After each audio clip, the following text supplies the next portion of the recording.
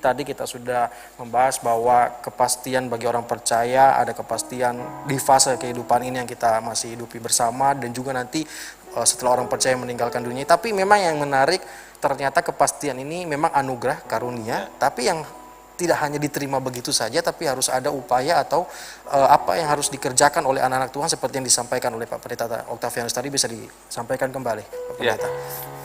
Kepastian orang percaya setelah kita meninggalkan dunia itu sudah satu jaminan bagi kita. Artinya kita tidak perlu ragukan lagi, karena dianugerahkan. Tadi firman Tuhan katakan, sebab karena kasih karunia kamu diselamatkan oleh iman. Itu bukan hasil usaha, itu bukan hasil pekerjaan. Kita tidak pernah membayar Tuhan untuk menebus kita. Kita tidak pernah membayar Tuhan untuk mati di kayu salib. Artinya kepastian keselamatan itu sudah jadi jaminan. Tetapi selama kita masih hidup di dunia ini, kita mengisi kehidupan yang Tuhan masih anugerahkan.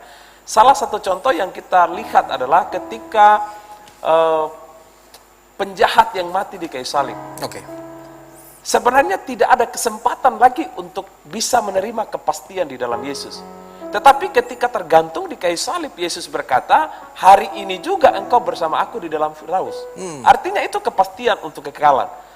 Namun dia tidak punya kesempatan atau dia tidak punya ruang lagi untuk hidup, sehingga dia tidak berkarya lagi. Berbeda dengan kita yang masih hidup, berarti Tuhan katakan engkau harus berbuah, engkau harus hidup bagi dia, bukan supaya masuk surga, no, tetapi untuk mengisi kehidupan ini sebagai sebuah kesaksian selama kita hidup di dunia ini. Titus pasal 3 ayat yang ke-5 itu firman Tuhan katakan, ayat 5 dan ayat yang ke-8, karena itu ya, nasihatilah sungguh-sungguh ya kepada mereka yang sudah percaya supaya mereka melakukan pekerjaan baik yang berguna untuk manusia. Artinya yang berguna untuk selama hidup di dunia ini, bukan kepada Allah. Karena Allah sudah memberikan, sehingga kehidupan di dunia ini kita isi dengan hal-hal yang baik, hal-hal yang berguna, hal-hal yang memuliakan Tuhan, sehingga melalui kehidupan kita itu Tuhan bisa dipermuliakan. Baik, mungkin ada dari teman-teman home band yang ingin sharing tentang kepastian bagi orang percaya ini. Nah, mungkin dipikir-pikir dulu ya, kita menunggu pertanyaannya. Tapi saya bertanya lagi kepada Pak Pendeta Octavianus, artinya ada hubungan kaitan yang tidak bisa dipisahkan tentang kehidupan setelah nantinya kita meninggalkan dunia ini dan bagaimana saat kita masih hidup di dunia ini. Apakah itu memang semuanya akan berhubungan, tidak akan terpisahkan, ada kaitannya, seperti itu? Apa menurut Alkitab, apa yang bisa dijelaskan lagi Pak Pendeta Octavianus? Kehidupan kita seperti mata rantai. Artinya kita dengan Allah itu nggak bisa dipisahkan. Memang jarak itu antara sorga dengan bumi. Tetapi dari sisi hubungan, Alkitab menjelaskan bahwa hubungan kita itu antara bapa dengan anak. Artinya ada hubungan relasi, ada hubungan yang indah. Sehingga dengan hubungan yang indah itu membuat kita menyadari bahwa ternyata kehidupan ini ada mandat ilahi. Kalau tadi ayat 10 menjelaskan bahwa kita ini buatan Allah, diciptakan dalam Kristus Yesus supaya kita hidup di dalam Dia, supaya kita berbuah di dalam Dia, supaya kita berkarya di dalam Dia, supaya kita melayani di dalam Dia. Artinya kehidupan kita ini tidak bisa lepas dari kehidupan pada kekekalan. Kehidupan selama kita hidup di dunia ini, tujuan utamanya selain ucapan syukur kepada Allah, selain kita menjadi kesaksian di dunia ini, tetapi tujuan utamanya adalah bagaimana nanti setelah kita meninggalkan dunia, Alkitab menjanjikan ada mahkota kehidupan. Kepastian keselamatan itu sudah pasti. Tetapi setelah kita meninggalkan dunia ini, maka ada mahkota kehidupan, ada upah yang disediakan bagi setiap orang yang setia, yang melayani, yang sungguh-sungguh kepada Tuhan. Ada mahkota kehidupan yang disediakan oleh Allah sendiri. Semakin menarik, artinya memang orang percaya semuanya mendapat karunia yang sama, anugerah yang sama. Tapi pada endingnya ada yang menerima upah, ada yang berarti ada yang tidak menerima upah, Pak Pendeta. Karena kalau kita melihat di sini, kepastian ini akan didapatkan dan kaitannya dengan hidup setelah kita di dunia ini adalah bagaimana orang-orang yang terus mengerjakannya, terus mengupayakannya dan semakin kuat dalam iman. Nah, bagaimana dengan orang-orang yang mungkin saat ini dalam kondisi lemah iman, kondisi mereka berpikir, bahkan mereka berpikir, saya jaminannya sudah pasti selamat lah, tidak perlu untuk. Tapi ternyata ada upah yang akan diberikan pada intinya. Pasti. Nah, bagaimana dengan kita menguatkan anak-anak Tuhan yang berpikir, wah, ini ada 2 fase sebenarnya. iya, Seseorang yang percaya Kristus itu pasti dia berbuah. Ini saya bukan maksudnya seseorang yang percaya Kristus itu pasti dia menghasilkan buah. Apakah buahnya itu 1, 2, 3, 10 atau lebih banyak dari itu? Nah, kita perlu membedakan antara orang percaya dengan orang Kristen atau berKTP Kristen.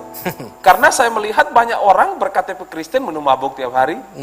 Banyak orang berKTP Kristen rajin ke gereja, tipu sana tipu sini. Artinya tidak menjamin ada di lingkungan rohani, tidak menjamin dia bisa betul-betul percaya kepada Kristus.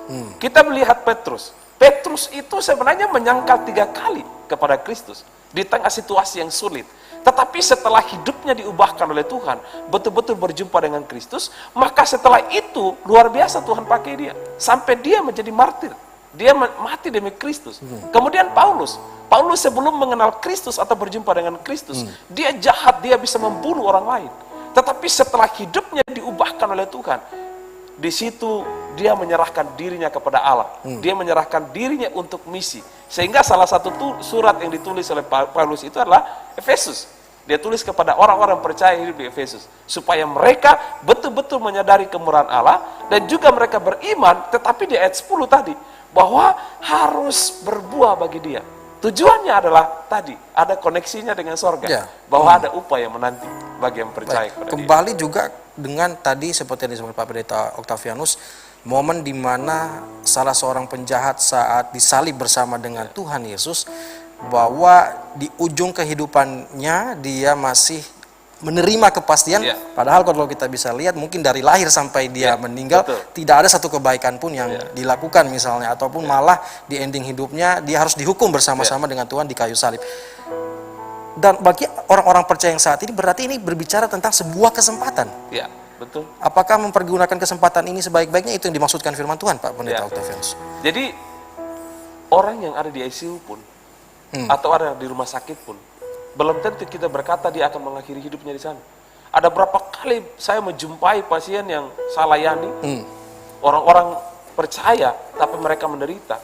Mereka keluar masuk rumah sakit. Tetapi masih panjang kehidupan yang Tuhan berikan. Artinya ada komitmen di sana. Ada kerinduan di sana, kalau boleh Tuhan beri saya kesempatan supaya apa? Saya bisa berbuah. Saya bisa bersaksi. Saya bisa melakukan kebaikan. Supaya kehidupan saya ini, saya bisa mengisi hal-hal yang baik. Tetapi kalau toh pada akhirnya seperti penjahat di kayu salib tadi, yang sudah tidak ada kesempatan lagi, apa boleh buat? Tetapi yang terpenting adalah masih ada ruang. Masih ada kesempatan. Kalau ada kesempatan, kenapa kita tidak lakukan? Ya, sedangkan penjahat sekalipun ketika dia punya keluarga, ya, pasti dia akan mengasihi keluarganya. Apalagi kita yang sudah menerima anugerah, kan? Kita yang sudah menerima anugerah dengan cuma-cuma, kita yang sudah menerima keselamatan secara cuma-cuma, dan selama kita hidup, kenapa kita tidak mengisi hal-hal yang baik, hal-hal yang positif? Firman Tuhan Filipi katakan, pikirkanlah hal yang baik, yang benar, yang suci, yang saleh, agar nama Tuhan dimuliakan oleh hidup. Seperti itu. Sebuah kesempatan yang harus dipergunakan dengan baik, begitu ya Pak Pendeta Octavianus. Bagaimana mengisi kehidupan ini, orang-orang percaya semakin kuat dalam iman, tapi memang keadaan yang sulit, masalah yang tidak henti-hentinya datang, terutama mungkin di masa pandemi seperti kita alami saat ini, bagaimana kita terbatas bertemu, ruang waktu dibatasi, terutama dalam bagaimana kita akan bersosialisasi, beribadah bersama. Nah, ini bagaimana, pesan apa yang bisa disampaikan pada umat Tuhan bahwa benar-benar kepastian ini harus dipelihara sebenarnya, keselamatan ini harus diusahakan, Pak Pendeta Octavianus. Ada janji firman. Yesus sebelum dia terangkat ke sorga, dia berkata, aku menyertai engkau sampai akhir zaman. Artinya memang kita nggak bisa pungkiri bahwa selama hidup di dunia ini, akan mengalami dan harus mengalami yang namanya penderitaan. Dan ada satu statement dari seorang hamba Tuhan bahwa hanya orang mati yang tidak mengalami masalah. Artinya selama kita masih hidup di dunia ini, kita akan menghadapi hal yang demikian. Siapapun dia. apapun keadaannya dia. Mungkin orang melihat dia kaya, orang dia hebat sekali, tetapi dia pasti ada masalah. Mungkin di luar sana, mungkin orang tidak tahu keberadaan kehidupannya. Tetapi yang namanya orang yang hidup di dunia ini pasti akan menghadapi masalah. Hanya bersyukurnya setiap kita. Makanya ada pujian yang berkata, berbahagialah setiap orang yang percaya kepada dia. Artinya, waktu kita percaya kepada dia, cobaan-cobaan, pergumulan-pergumulan, persoalan-persoalan, penderitaan-penderitaan yang kita alami di dunia ini, tidak melampaui kekuatan. Waktu kita menghadapi, Tuhan memberi jalan keluar di dalam kehidupan kita. Baik pemerintah, kita akan lanjutkan setelah pesan-pesan berikut ini. Kita tetap bersama dalam kasih Tuhan, kami segera kembali. Ku nyanyi haleluya,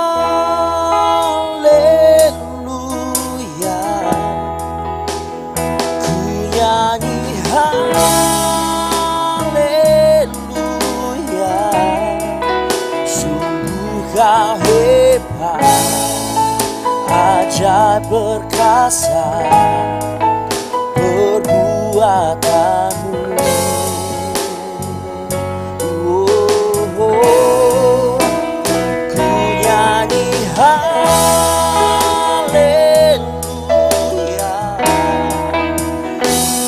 nyanyi haleluya, sungguh kau hebat, ajaib perkasa perbuatanmu.